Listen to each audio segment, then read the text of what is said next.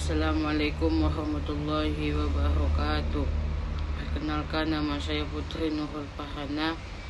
Nomor induk mahasiswa 1224022539. Saya dari kelas BKI 4B.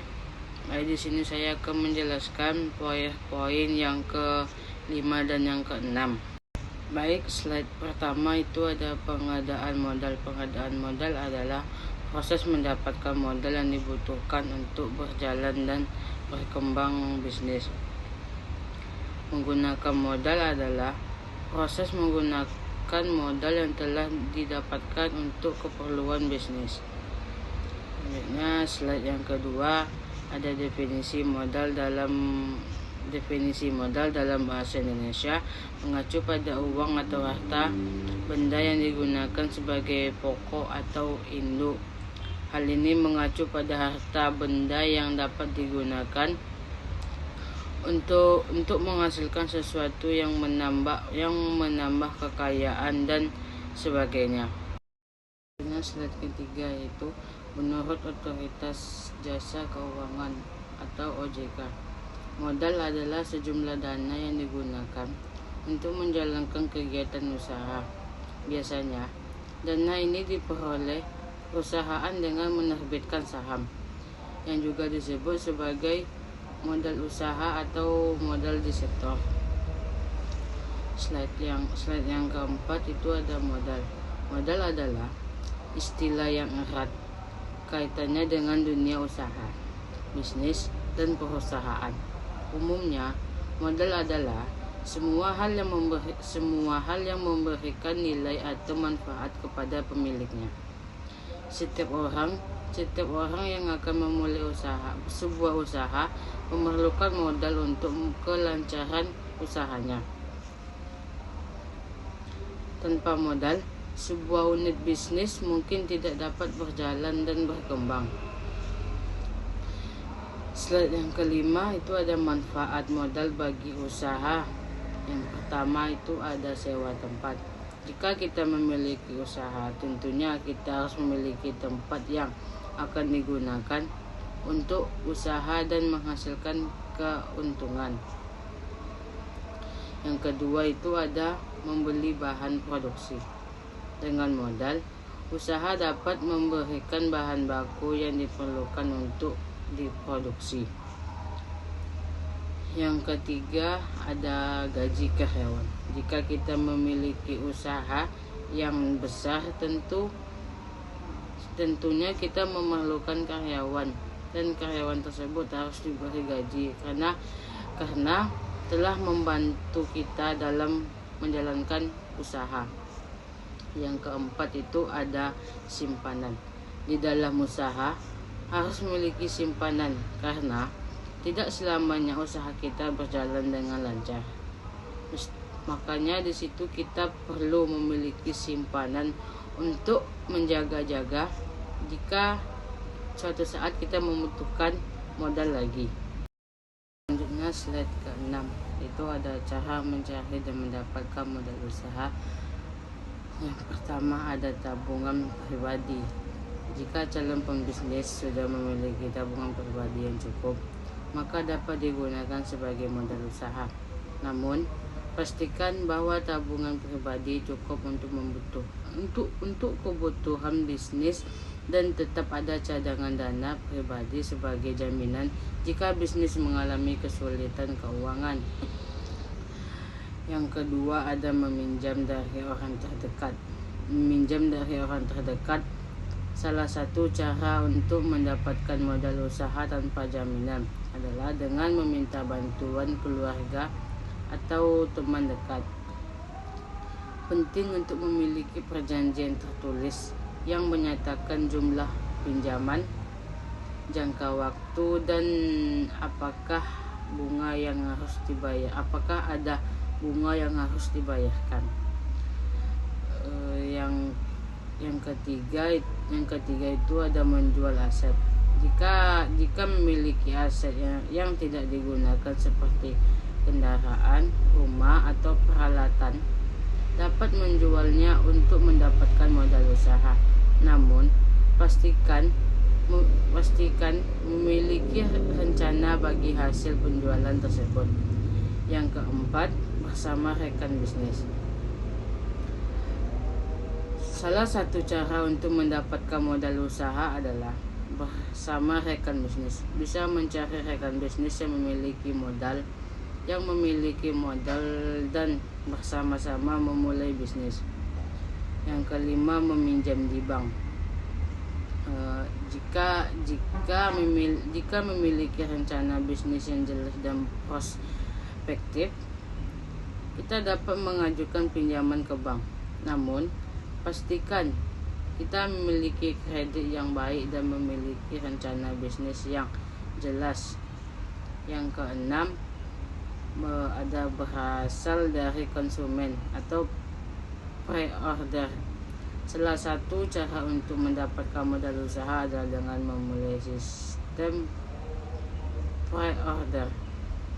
Yang ketujuh, suntikan dana dari investor.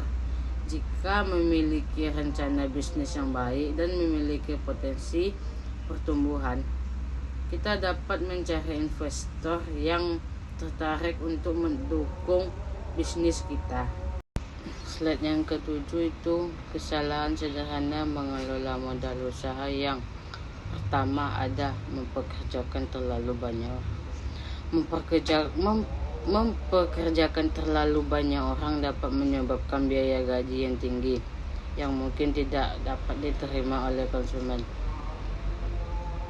Tidak mengembangkan potensi karyawan. Jika kita tidak mengembangkan potensi karyawan, maka kita akan menghabiskan modal usaha untuk menggantikan karyawan yang tidak memuaskan. Selanjutnya, menggunakan uang perusahaan untuk keperluan pribadi. Menggunakan uang perusahaan untuk keperluan pribadi dapat menyebabkan kesulitan keuangan yang serius. Selanjutnya, tidak memiliki kas yang cukup. Jika kita tidak memiliki kas yang cukup, maka kita akan menghabiskan modal usaha untuk menggunakan biaya yang tidak diperlukan. Selanjutnya itu ada tidak melakukan pembukuan secara detail. Tidak melakukan pembukuan secara detail dapat menyebabkan kesulitan keuangan yang serius. Slide yang ke-8 itu ada mengelola modal usaha bagi pemula. Yang pertama itu ada membuat rekening terpisah untuk usaha sendiri. Membuat rekening terpisah untuk usaha sendiri dapat mempermudah pengelolaan keuangan. Jadi di saat uang itu masuk, kita tidak bingung lagi, tidak tercampur sama uang pribadi. Selanjutnya, membuat akun atau pos khusus pengeluaran. Membuat akun atau pos khusus pengeluaran dapat mempermudah pengelolaan keuangan. Selanjutnya, membuat catatan pembukuan. Membuat catatan pembukuan dapat mempermudah pengelolaan keuangan. Selanjutnya, ada fokus pada satu bisnis. Agar bisnis maksimal, fokus pada satu bisnis dapat membantu kita mengembangkan bisnis kita dengan baik, agar kita tidak terlalu pusing dengan bisnis yang lain. Selanjutnya, kurangi berhutang dapat membantu kita mengurangi biaya yang tidak diperlukan. Selanjutnya itu ada konsep dalam modal kerja. Konsep dalam modal kerja yaitu yang pertama ada konsep kuantitatif. Modal kerja menurut konsep ini adalah keseluruhan dari jumlah aktiva lancar dan sering disebut modal kerja bruto atau gross working capital. B. Ada konsep kualitatif. Modal kerja menurut konsep ini merupakan kelebihan aktiva lancar di atas hutang lancar, sering disebut modal kerja neto atau net working capital. Yang C ada konsep fungsional. Model kerja menurut konsep ini ialah konsep yang mendasarkan pada fungsi dari dana dalam menghasilkan pendapatan. Selanjutnya PPT yang ke-6 yaitu tentang analisis peluang pasar. Analisis peluang pasar adalah proses yang digunakan oleh perusahaan untuk mengidentifikasi dan menilai potensi pasar. Pertama yaitu peluang pasar. Peluang pasar adalah suatu bidang kebutuhan pembeli di mana perusahaan dapat berpotensi secara menguntungkan. Hal ini mengacu pada faktor-faktor yang memungkinkan perusahaan untuk membuat transaksi yang menguntungkan dalam pasar tersebut.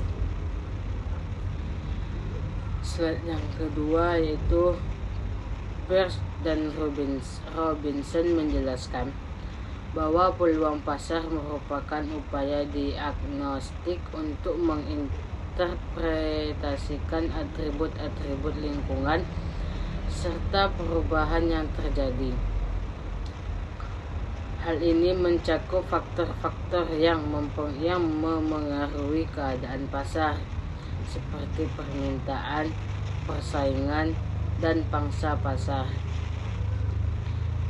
Selanjutnya, pasar adalah tempat bertemunya penjual dan pembeli untuk melakukan transaksi jual beli berbagai produk atau jasa. Pasar juga didefinisikan sebagai serangkaian sistem dan tidak hanya sebatas tempat di mana sistem tersebut mampu mengatur kepentingan antara pihak pembeli terhadap kepentingan pihak penjual. Selanjutnya, analisa peluang pasar adalah proses riset yang dilakukan untuk mengumpulkan dan menganalisis data dari lingkungan eksternal, yaitu target pasar, untuk mengidentifikasi tren dan minat dari konsumen. Selanjutnya, analisis peluang pasar sangat berguna karena membantu perusahaan atau individu memahami potensi pasar, melihat kebutuhan pasar, dan menilai kemungkinan keberhasilan bisnis. Selanjutnya, membaca peluang pasar. Membaca peluang pasar adalah strategi yang penting bagi pengusaha untuk mengetahui target pasar dan meningkatkan penjualan. Cara membaca peluang pasar meliputi melakukan riset pasar, cari tahu keinginan dan daya beli target market, dan amati pesaing. Selanjutnya, yang harus diketahui dalam menganalisis pasar yaitu yang pertama ada potensi pembeli terhadap barang. Potensi pembeli terhadap barang merupakan faktor yang penting dalam menganalisa pasar karena menentukan kemungkinan konsumen untuk membeli produk atau jasa yang diperjualbelikan. Yang kedua itu ada motivasi dan public speaking. Motivasi dan public speaking yang baik terhadap konsumen dalam menjual produk merupakan faktor yang penting dalam menganalisa pasar karena menentukan kemampuan pengusaha untuk membuat konsumen tertarik dan membeli produk atau jasa yang diperjualbelikan. Yang selanjutnya ada ukuran pasar.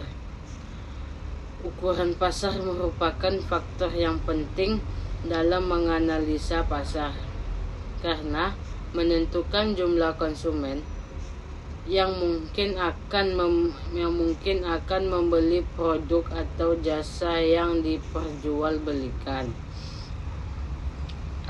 Selanjutnya itu ada sifat-sifat konsumen. Sifat-sifat konsumen merupakan faktor yang penting dalam menganalisa pasar karena menentukan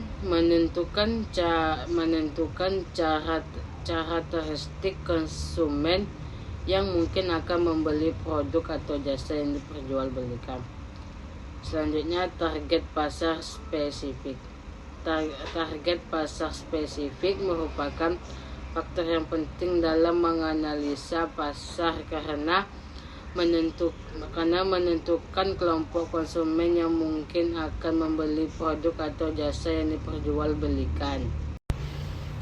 Slide yang selanjutnya itu ada pengaruh pasar eksternal. Pengaruh pasar eksternal merupakan faktor yang penting dalam menganalisa pasar karena menentukan kondisi eksternal yang mungkin berpengaruh terhadap kemungkinan konsumen untuk membeli produk atau jasa yang diperjualbelikan. Selanjutnya itu ada analisa pesaing ataupun pesaing yang akan datang. Analisa pesaing ataupun pesaing yang akan datang merupakan faktor yang penting dalam menganalisa pasar karena menentukan kemampuan pesaing untuk menjadi konkuren pada pasar tersebut.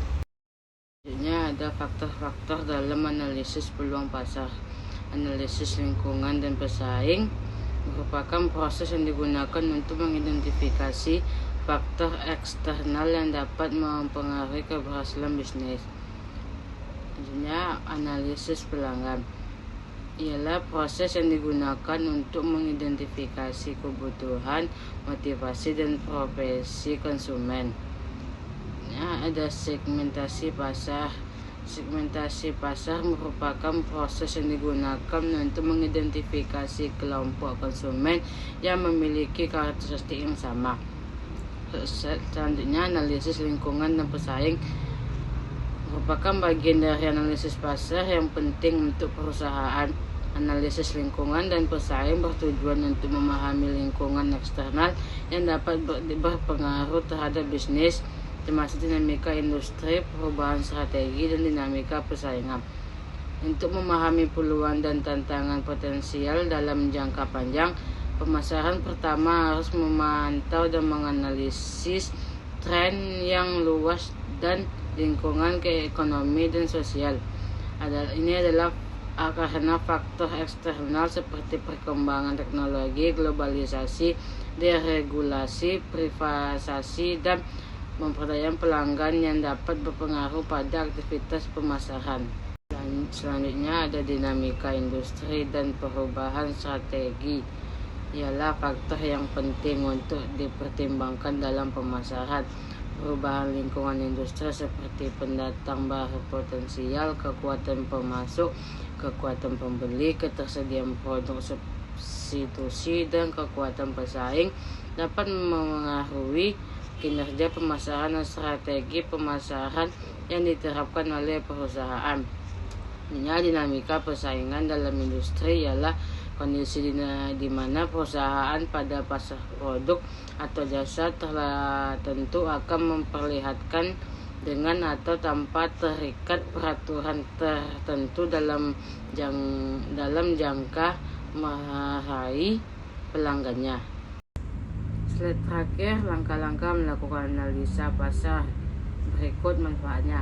Yang pertama, mendapatkan konsumen.